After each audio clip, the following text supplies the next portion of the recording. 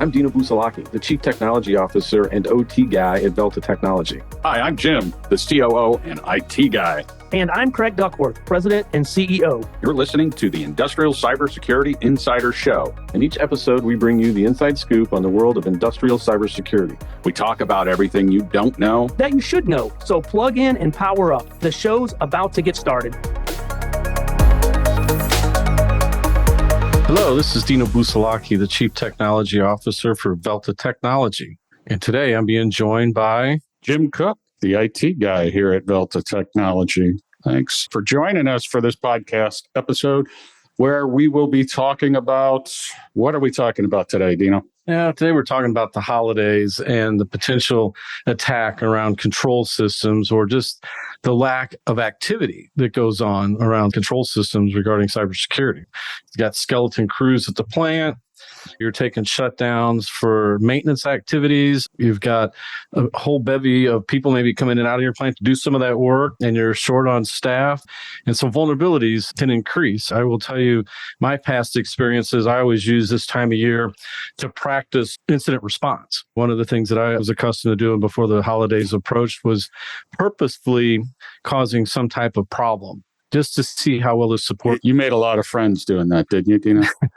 Yeah, depending on what side of the camp you were on, right? If you were an IT organization and we were disabling a switch in the plant floor just to see how well you responded and escalated, and in failing to do that, it could cause problems with certain people. Yeah. And you didn't get that fruit basket by the time the season was over, did you? No, I didn't. There were some folks that were kind of upset with it. But again, it was about being prepared. How do you do the muscle memory? How do you prepare for incidents that transpire that look not normal in the plant? You got assets coming and going. You got systems that are being shut down. You have a lot of remote access into the plant. You have all this activity. So at the same time, you're vulnerable. And so if you're not prepared with tools. Yeah. And one of the things when we talk about the holiday season here, when does it really start? And you and I have always talked about it. I say the holiday season starts with deer camp, doesn't it? We don't wait for Thanksgiving, especially when you're talking about the manufacturing and the plant floors. And it's seniority. The most senior people are the ones that are going to get to pick the dates to go deer hunting. And then you have less experienced individuals that are in the plant being responsible for activities because others are out hunting. And I've seen that happen. I mean, where are most of your manufacturers per se? You get into some of these rural communities and there's a lot of hunters.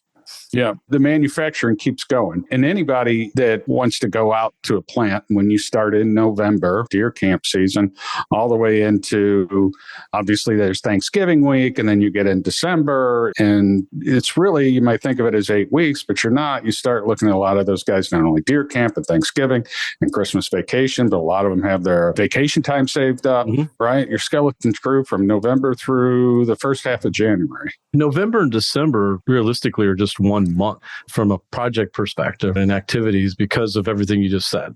There's just not a lot of people around and the plants aren't necessarily well staffed. And depending on the vertical you're in, you might be going through kind of a seasonal shutdown potentially, right? We know a company that's in the baking industry, of course, the holidays for them is nonstop. So for them, it's an uptick. They actually have a freeze to keep any changes from being added into their environment, but they're so focused on making goods where others may be winding down for the end of the year. And that depends on industry to industry, right? And either they're on this holiday resource shortage or they're in high gear. Either way, you've got a unique situation when you get into this holiday season. You know, one of the things, too, when you start getting in a shortage of resources, and this is, I think, from an operational or safety, or as we call it, digital safety, all these things kind of roll in and impact this. When you are in reduced shortage, sometimes things need to get fixed. So now suddenly you've got a little more remote access, right?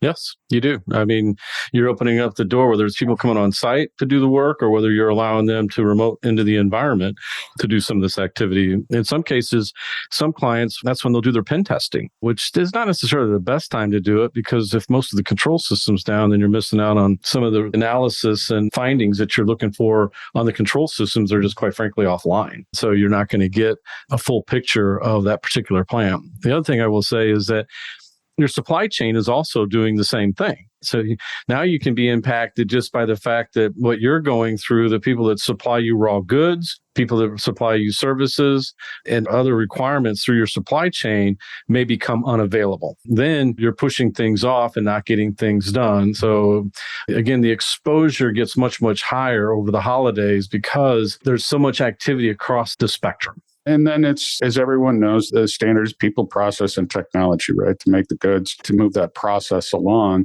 And when the people are short, and not short stature like me, but the level of resources short from the people side, then the process starts getting, let's say, short circuited, right? Because maybe the guy that normally covers that isn't there, or the guy that knows who does that isn't in, and the process starts falling apart. Yeah, process falls apart. And sometimes when you're relying maybe as an external group within your organization, like IT, is going through being gone over the holidays. So they're running skeleton crews, they're taking their time off. And so it's not just the plant floor, but it's also the ancillary services groups around your organization that are enjoying the holiday season and aren't necessarily there and available. I started in the banking industry way back in the day. Almost 4 decades ago. And as you were rolling up towards the end of the year for year end, month end, quarter end, there was no time off because that was like the busy time. So you couldn't ask for time off over New Year's Eve or coming between Christmas and New Year's and the holidays because they were running full out in these data center operations for year end, month end, quarter end closings. All right. And when you get into other environments, you find that it's kind of the exact opposite.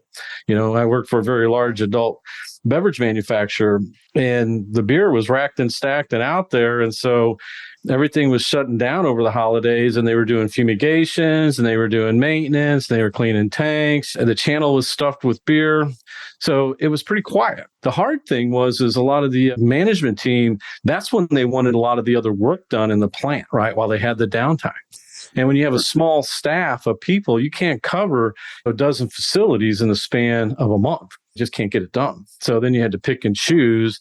On the flip side, you couldn't go in there in the summer either because they're making beer full out and you couldn't get into the brewery to do any work. So you really have to know your organization's operation practices, their production schedules. And then when you get short-staffed and you get a lot of change, attention to detail starts lacking, and maybe you got people pulling double shifts or extended shifts over the weekend, and they may not even be strong in the process because that's not their normal job. After a while, people get tired, and you might have some fatigue-related events or just not having the awareness of what's happening out there on the floor. Or even following proper SOPs, right? Standard operating procedures and processes, because they want to short cycle something just in the guise of getting it done quickly, getting off my plate because I got to get to other things. And so they take shortcuts. And when you take shortcuts, depending on what it is, can have a devastating effect. I mean, you can't do it with safety, right? I mean, that's really bad if you take shortcuts with safety and somebody gets hurt or killed, or you have a hazardous material, environmental wreck, action of some sort. So It behooves the organization to really know how well they've got their control systems under control. Lockout, tagout procedures are really important if you're going to go in and work in an area that, say, it's closed, confined space. You can't take shortcuts when you do that kind of stuff for safety reasons. And when it comes to digital safety, why would we do it there either? So there's a lot of reasons that, over those holiday seasons, from deer camp to New Year's Eve, what happens is because the awareness is down, the resources is down, it's also an avenue for the malicious activity to increase because it's opportunity. They know it's opportunity, right? They do. I don't think they're not paying attention. They sometimes know your vertical is good or better than you do, right, on what's going on in your environment. It gives them the opportunity to know the weaknesses that will ensue based upon you being down on in staff for this particular time of year, the activities that you're doing as far as, again, maintenance work that you might be doing in a plant. Somebody being able to social engineer their way into a plant and gain access to go in there and roam around. It's not really that hard with some manufacturers. Once you're inside, unless you're being escorted everywhere you go, you can get into a lot of places that people don't know what you might be leaving. Yeah, and I think I can bring up the one situation that we had, because by the time this comes out, the case study will be published on this, but it was in the November timeframe, and there was this client that we were working with had a phishing email, clicked it, credentials, and within 24 hours, and this was in the November timeframe, they were signing in to their network, and that was in the November timeframe. Why? Because they can ramp it up. They know that because of short staff, somebody might not be around to do the right approval or the right monitoring, and they were in. And the thing to remember there too is not only is that from the IT side into the OT side, it happens both places, but that occurred after no external events for 2 years. Nothing for 2 years. And they were getting better throughout, a continuous improvement, watching more, hardening their environment.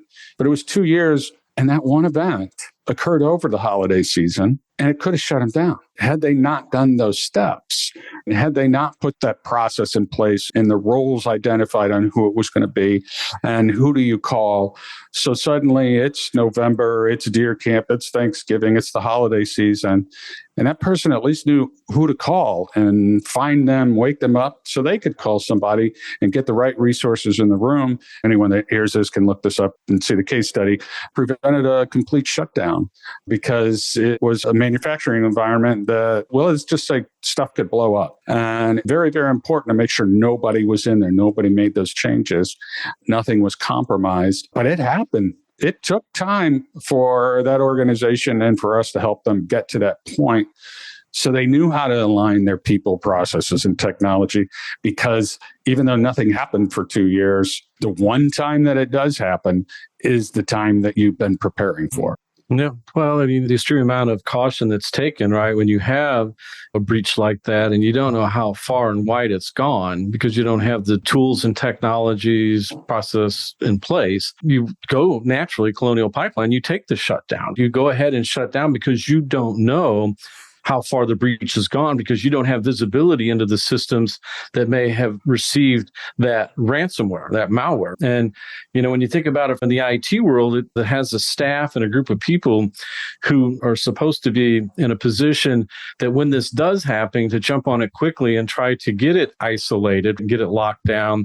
And with all the tools that they have, they know where it is, compared to their OT side of the world where they know nothing. They know even less about what's going on the plant floor or what's down there because it's not their area of responsibility typically. So they don't know the status of the Windows machines. They don't know the status of the networking switches that are involved on the control system side or the PLCs. So then who do you rely on? So one, you're going to take the shutdown and just an abundance of caution, number one.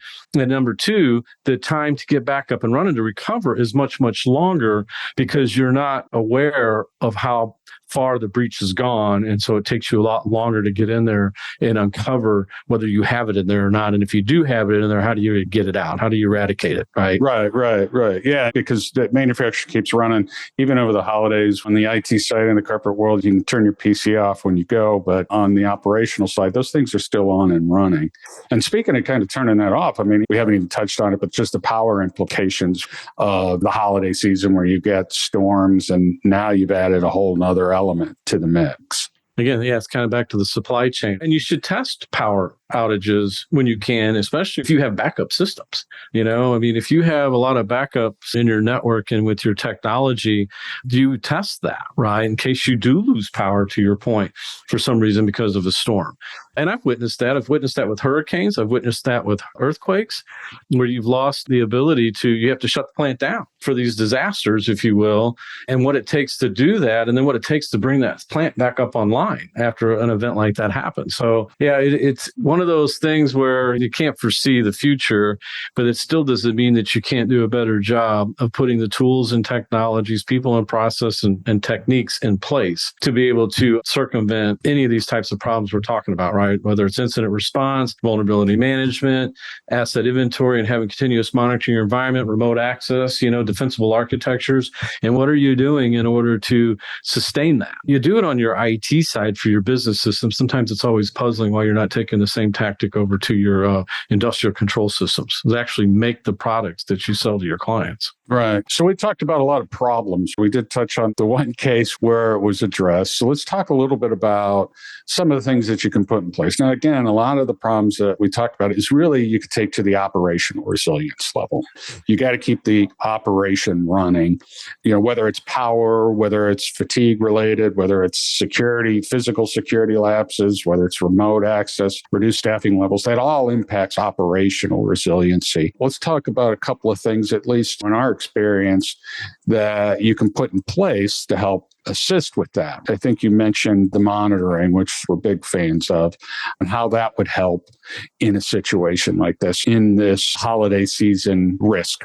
Yeah, well, there's tools and technologies that are built specifically for the OT environment that provide some of that resiliency.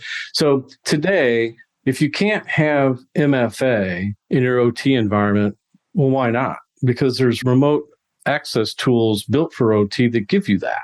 Virtual machines. I was talking to a CIO here recently that they still have older Windows operating systems out there, which most clients do, but you can at least virtualize that HMI that's running on Windows 7 or Windows XP. Yeah, it's still an old unsupported operating system, but at least you can get it away from hardware that if that hardware failure happens, then you're trying to rebuild that thing, could be down for days, if not longer, versus a VM.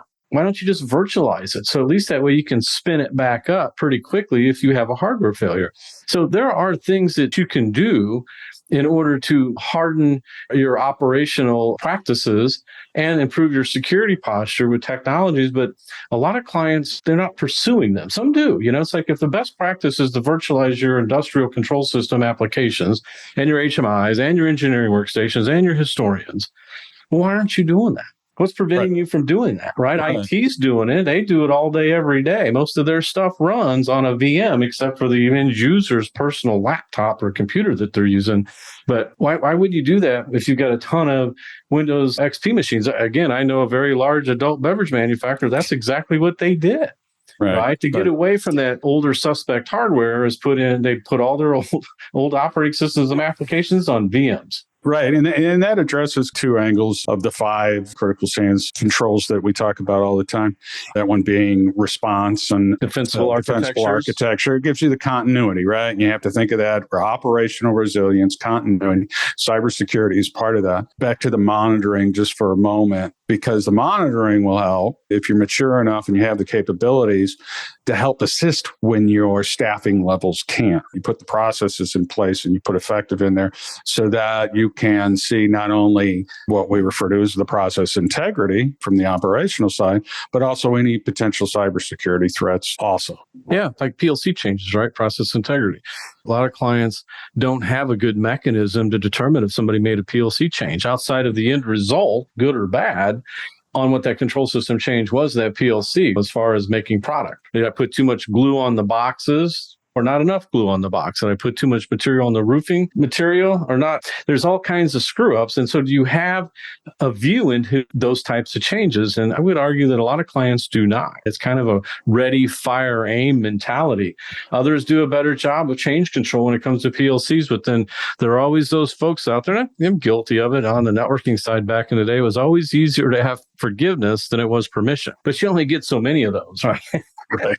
You only get so many screw-ups before you get into trouble. So the point is, process integrity, do you have tools, because you are light on staff, that are keeping an eye on the activities going inside your control system environment? New assets coming up, new protocols coming in, new user coming in, PLC changes, can you see all that stuff? These are all OT specific questions. Right. Again, people, process, and techniques, right? Tactics.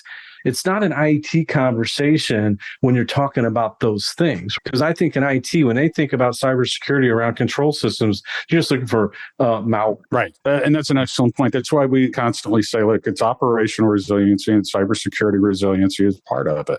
Right. Everything that we talked about that are threats and risk in this holiday environment, it affects the operational resiliency. Cybersecurity is just a part of it. You get reduced staffing levels or fatigue, and somebody makes a change. They called someone else to make the change. That it impacts it down the line later, and you don't have the right change control, or you don't, like you said, you have new users. All these things can happen, whether it's cybersecurity related or not. I think that's where you start getting those tool sets in place. And if you can leverage them to let you know those things when you're short staffed and get eyeballs on them, and whether that's with your own internal staff or a third party or whatever that type of alerting system is made of. I mean, every plant has, some sort of safety alert out there. You can do the same things with this technology to address not only the cybersecurity issues, but those operational issues also. Yeah, I always struggle with the tools as clients start looking at tools specifically geared for the OT environment. And if it's being driven by an IT team, they only want to go so far as the number of assets and the visibility that they're after, when there's so much more in the plant to be part of that platform, from, again, asset inventory to help with vulnerability management, that continuous monitoring. It's always puzzling why they're so quick to say what we call the east-west traffic is not in scope. And you have to ask yourself, why is that? Why is a PLC sitting at level 3 in the Purdue model not as important as a PLC sitting down at level 2 or 1? Or the drives that are down there, or an HMI that is down there, right? Why ignore that? But I never really get a good answer when you're talking to the IT guys. Now, from an OT perspective, I think they would sit there and go, well, they're never down there anyway. We don't allow them. We don't want them in there. Get out. That's the connected physical system, right? You're to the point where you got real IO and interlock activity going on in between those control systems. But at the same time, you got to get the OT people in a position to think like IT sometimes in regards to how can I put processes in place, technologies in place that can improve not only helping us with cyber attacks, but also help us with our operational aspects. Some people call it OEE, right? Overall equipment effectiveness. How can I improve that? There's always some measure that manufacturers use to determine how to get better. How can I improve my quality? How can I improve my performance? How can I improve my availability? And you and I talk about that all the time, and maybe that's another podcast, but man, I think that should be the ultimate goal of maturing these capabilities to get to that point where it's impacting those numbers and really getting an understanding from all these aspects and bringing it together. Yeah, I call it, you got to get all the liars in the same room, right? You just do. And have this discussion from all the right stakeholders to determine how do we solve these problems. But are they even admitting that they have a problem? Well, good point. It's probably towards the end. You have to admit that you have a problem to address your problem. Let's just get our last thoughts to wrap this up together. I'll just summarize at least what I've heard or what I thought about this topic. And one is, hey, there's a lot of added risk due to the schedule, especially from, like I said, former IT guy that I never really thought about till we started working together and get this business going. And it's not just for cybersecurity. Cybersecurity is a part of it. And these things are out there because of that operational resiliency that you want to improve upon. And given that, there are opportunities for the bad guys to leverage, and we've seen it. You don't want to be lulled into sleep. You got to have these processes in place, like we mentioned with the case study. It just takes that one time. That one time, everything that was done before, they were ready. They were ready to react. So not only do you need to make sure that you're building these capabilities, you got to have the tools in place as well, and those defined roles so that you can operate at these levels, because that's a fact of life. You got to keep it going. That operational resiliency will just kind of bang on the table, because everything that impacts that is just as important in cybersecurity, because they're just looking for that one break to get in. Yeah, and they're digging in now. They're looking for opportunity to dig in because they're going to be there. If they get in, they're going to be in there for a while. Their goal is to sit in there and go unnoticed for months or years. That's the intent. And this is an opportunity for them to do it during this time of year because of all the things we stated earlier, right? So now's the time that they're looking to get in and sit there and start their plan of attack within your environment, right? It's not that they're going at it right away. If they hit you, they've already been there for a while, and you're just not looking for them. Not in this area, you're not. But even in your other organizations, with all the tools that you have, you're still missing them, even on the IT side of the house, right? With your firewalls and your endpoint protection and your SIMs and all these other cybersecurity tools you got, and you're still don't even know that they're in there. And the plant floor is even worse, right? Yep. Because you don't have those tools in place. So Yep. They're going to slip in the door when nobody's really paying attention over the holidays. They'll get in and figure out what to do. And you just have to do these things and recognize that these capabilities are important, that the resiliency is important. And you got to make sure you're doing everything so that you can give yourself that peace of mind that you can go out and operate at this level because you've got a good process in place and you've got the right tools in place and the communications in place to make sure that when these events are occurring, that they can be caught even in a deer camp week, right? well, you've heard me say this many, many times. Are you exercising the same amount of due diligence to secure and protect your plant floor control systems as you do the enterprise? It's a real simple question. It's a yes or no answer. Well, I think we're getting the let's wrap it up sign. So I appreciate everyone listening in this far and enjoyed talking about our holiday season efforts as we get ready to go into ours here shortly. So thanks for joining us, Dino. Hey. Yep. Thank you. Bye. Thanks for tuning in to the Industrial Cybersecurity Insider Podcast. To stay up to date with our latest episodes, be sure to click the follow or subscribe button now. And if you found this podcast helpful or have a topic you'd like us to cover, please leave us a review or let us know. If you're interested in learning more about Velta Technology and how you can get safer sooner, visit veltatech.com. That's BELTA tech.com. Thanks again for listening. See you next time.